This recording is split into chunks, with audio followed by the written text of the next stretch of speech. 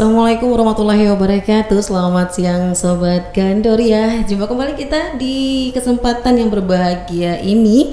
Saya Dewi Lestari kembali menjumpai Anda. Dan jangan lupa tetap ikuti kami terus. Dan kita tunggu juga like dan subscribe-nya ya di channel YouTube Kominfo Pariaman. Nah, saat ini kita sengaja kembali hadir di kesempatan hari ini bersama BPS. Apa itu BPS? Jangan alihkan ke yang lain apa-apa, cukup Badan Pusat Statistik. Nah, kita kedatangan Bapak Yuliandri SEMM selaku Kepala BPS Kota Pariaman. Benar gitu Pak? Benar. Nah, sapaannya Pak Yul ya, lebih Pak Yul, kerennya gitu. Jadi orang-orang mengenal Pak Yul gitu. Selamat siang Bapak, apa kabarnya? Selamat siang, baik-baik, alhamdulillah. Semangat Pak. Alhamdulillah. Apalagi nih jelang kegiatan yang lumayan rumitnya gitu Pak ya. Nah, berbicara masalah BPS tentu kita terlintas ini sensus. Nah, benar masyarakat benar punya pemikiran BPS tetap hubungannya dengan sensus penduduk. Sebenarnya apa itu sensus penduduk? Khususnya sekarang lagi boomingnya 2020. Sementara ini udah 2022 loh gitu. Iya. Nah, sebenarnya seperti apa itu Pak? Memang kita di BPS pada saat ini lagi mempersiapkan sensus penduduk lanjutan 2020. Nah, sensus penduduk ini kan dilakukan setiap 10 tahun. Iya. Bertepatan puncaknya pada tahun 2020 kemarin. Cuman pelaksanaan kegiatan sensus penduduk lanjutan ini seharusnya pada tahun kemarin 2021. Iya.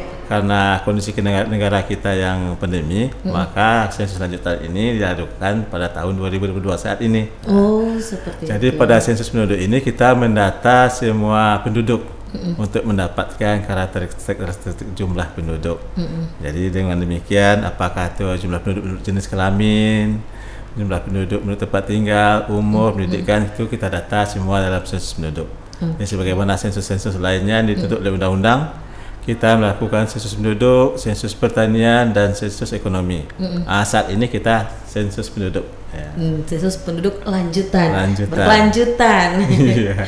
Nah, sebenarnya tujuannya dilaksanakan sensus penduduk 2020 ini apa ini Pak?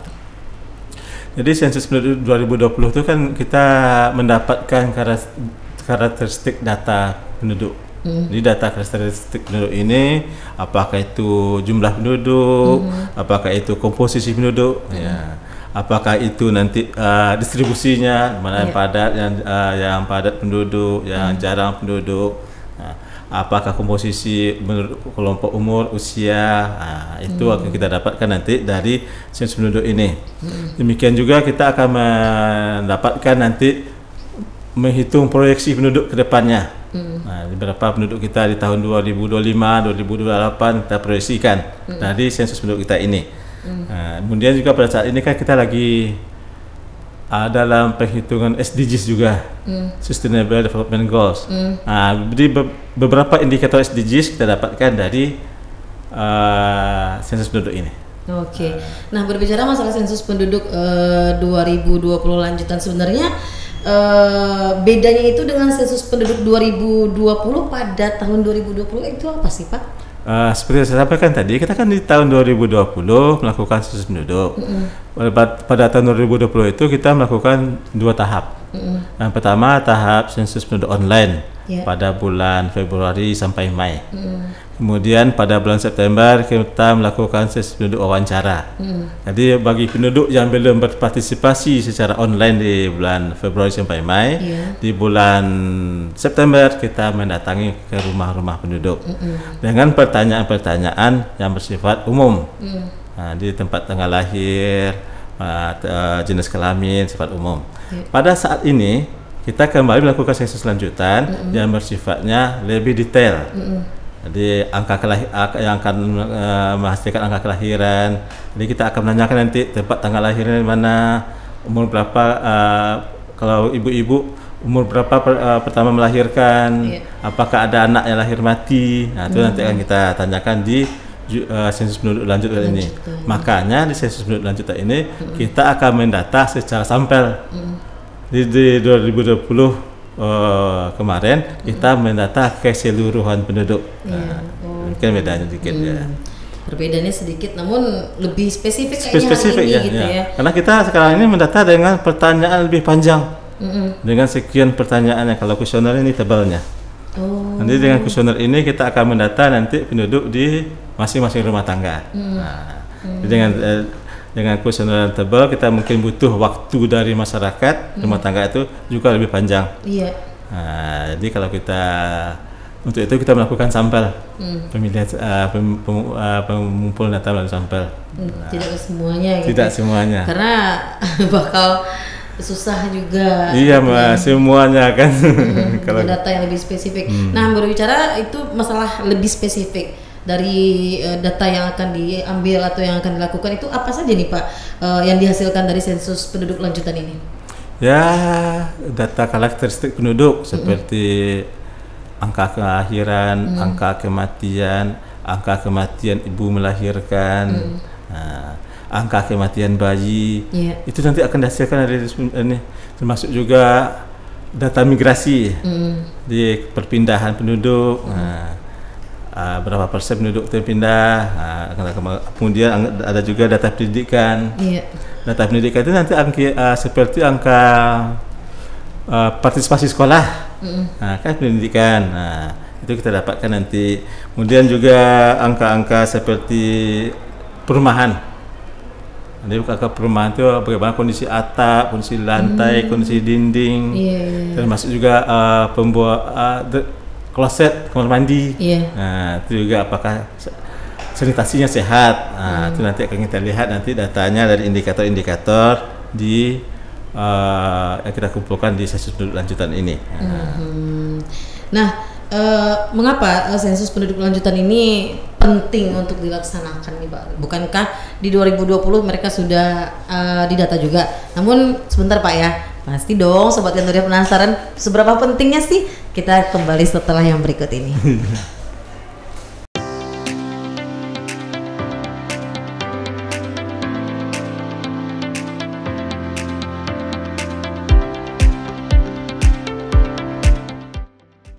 Baik sahabat Gandoria, masih bersama Dewi Lestari di sini dan Pak Yul yang sangat semangat sekali untuk berbagi informasi bersama kita di podcast Kominfo Pariaman. Jangan lupa ya, kita tunggu like dan subscribe-nya YouTube kami di channel Kominfo Pariaman.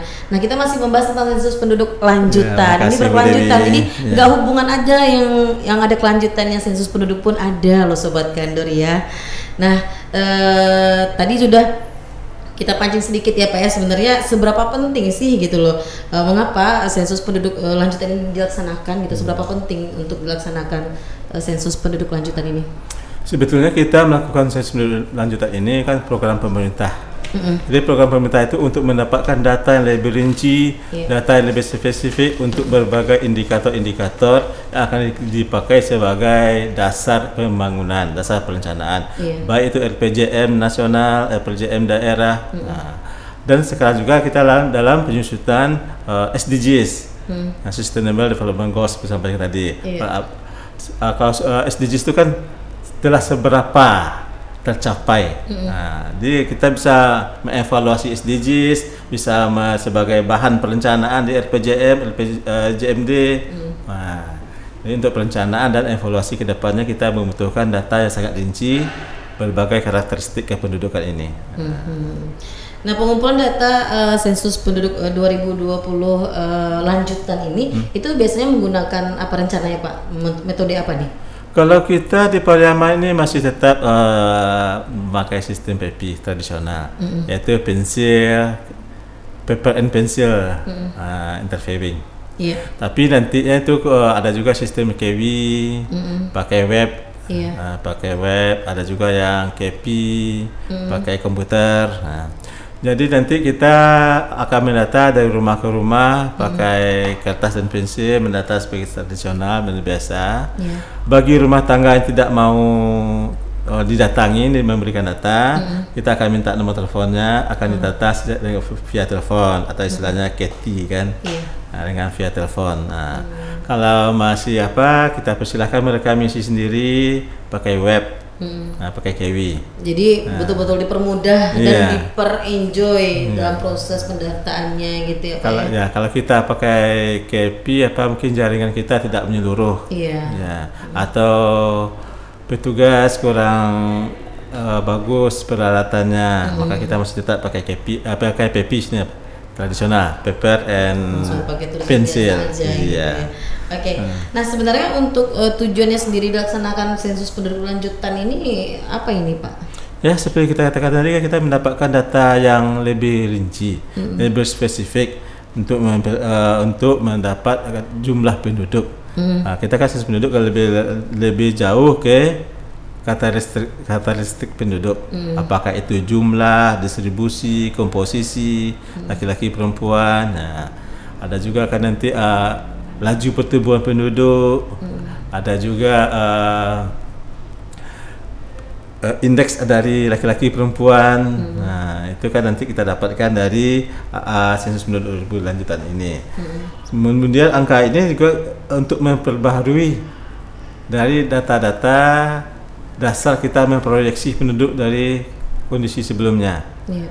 Kan kita setiap setiap periode kita melakukan proyeksi penduduk. Jadi untuk melakukan proyeksi penduduk itu kan dari tahun sebelumnya proyeksi sekian. Nah, sekarang kita untuk memperbarui data dasar untuk melakukan proyeksi penduduk itu, kita lakukanlah sensus penduduk ini. Nah, di samping untuk mendapatkan karakteristik kependudukan dan perumahan. Jadi kan untuk perumahan ini kita kan sangat susah mendapatkan datanya, bagaimana perumahannya layak itu. Jadi dalam sensus penduduk ini kita akan mengumpulkan juga data-data tentang perumahan dan pemukiman. Ya, kali aja dengan telah didata dapat bantuan yang tidak layak gitu ya. Ya, itu Karena kan itu kesinambungan biasanya Pak ya. itu kan perencanaan pemerintah mau diapakan. Sekian banyak rumah tidak layak huni misalnya mau diapakan. Ini potretnya. Iya. Sekian banyak rumah yang bagus. Nah, ini udah diapakan. Nah, kalau rumah udah bagus-bagus, udah layak, itu kan suatu prestasi bagi pemerintah kita. Iya. Bagaimana dengan rumah yang tidak layak huni? Nah, itu kan nanti di sanalah perannya ke pemerintah nanti untuk melakukan perencanaan kegiatannya. Iya. Apakah itu bantuan, apakah itu apa kan? Silakan direncanakan nantinya. Data dulu hari ini gitu ya. Oke, sebenarnya kapan nih Pak rencananya bakal dilaksanakan sensus penduduk 2020 lanjutan ini? Sensus penduduk sensus penduduk 2020 lanjutan yang dilakukan pada tahun 2022 ini kita melakukan 2 tahap. Tahap pertama itu kita melakukan pemutakhiran blok sensus. Itu kita mendata semua rumah tangga yang ada dalam blok sensus terpilih. Nah, kemudian tahap itu kita lakukan di tanggal 15 sampai tanggal 31 Mei. Nah, kemudian 1 Juni sampai tanggal 30 Juni kita melakukan pencacahan rumah tangga sampel. Jadi di setiap blok sensus kita akan mendata 16 rumah tangga dengan pertanyaan yang cukup rinci seperti kita sampaikan tadi. Iya. Jadi kita berharap nanti rumah tangga tersampel dapat memberikan jawaban apa adanya. Ya. Seperti apa kondisi sebenarnya. Jangan direka-reka gitu ya. Pekerjaannya apa, penghasilannya berapa, kondisi rumahnya bagaimana. Nah, kita minta responden memberikan apa adanya. Jadi kita akan memotret untuk kondisi apa adanya sehingga nanti pemerintah bisa merencanakan kegiatan yang lebih valid, lebih tepat. Kalau datanya udah apa adanya. Seberapa persen nih keyakinan Bapak bakal sensus penduduk 2020 lanjutan ini bakal sukses atau berhasil dilaksanakan di tengah masyarakat gitu? Mengingat menimbang cukup banyak pertanyaan-pertanyaan yang bakal ditanyakan kepada masyarakat gitu loh. Tapi kami berasa keyakinan sensus penduduk ini akan sukses mendekati 100%. Mudah-mudahan Dewi aminkan. Dengan partisipasi masyarakat, dukungan dari pemerintah daerah, dukungan kita untuk mendapatkan data yang valid itu kan. Nah, jadi demikian juga kita dengan petugas di lapangan nantinya. Jadi kita berharap kita bisa mencapai 100%. Mudah-mudahan. Kalau ada non respon, nggak seberapa lah gitu kan. Tapi Dewi yakin kalau petugasnya kayak Pak Yu, wah respon semua masyarakat, mudah senyumnya, ramah orangnya gitu ya. Oke, sahabat Gandoria, kita masih hadirkan podcast bersama BPS. Kita kembali setelah yang berikut ini.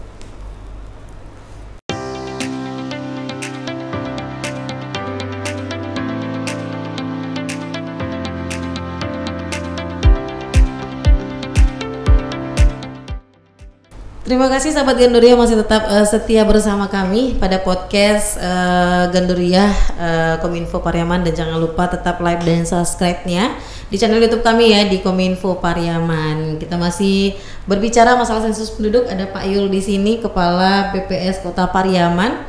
Dan tadi telah banyak memberikan informasi-informasi yang cukup luar biasa untuk pengetahuan kami yang tidak tahu dari tahu, jadi ya Pak ya, dan ternyata penting sekali memberikan data yang sebenarnya kepada petugas sensus gitu. Karena selama ini kan kita mengetahui orang mendata, besok-besok aja lah, nah seperti itu, nggak dapat bantuan gitu. Dan ternyata hari ini begitu penting data yang sebenarnya gitu ya Pak ya.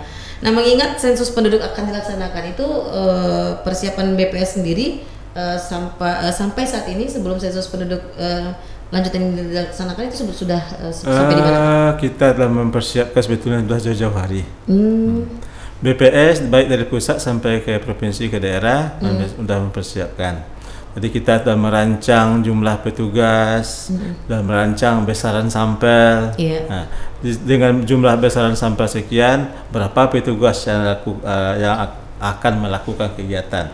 Dengan petugas akan melakukan kegiatan itu, nantinya kita akan melakukan pelatihan terhadap petugas tersebut. Nah, jadi untuk melakukan pelatihan, BPS juga telah mempersiapkan buku-buku pedoman dan mempersiapkan instruktur-instrukturnya.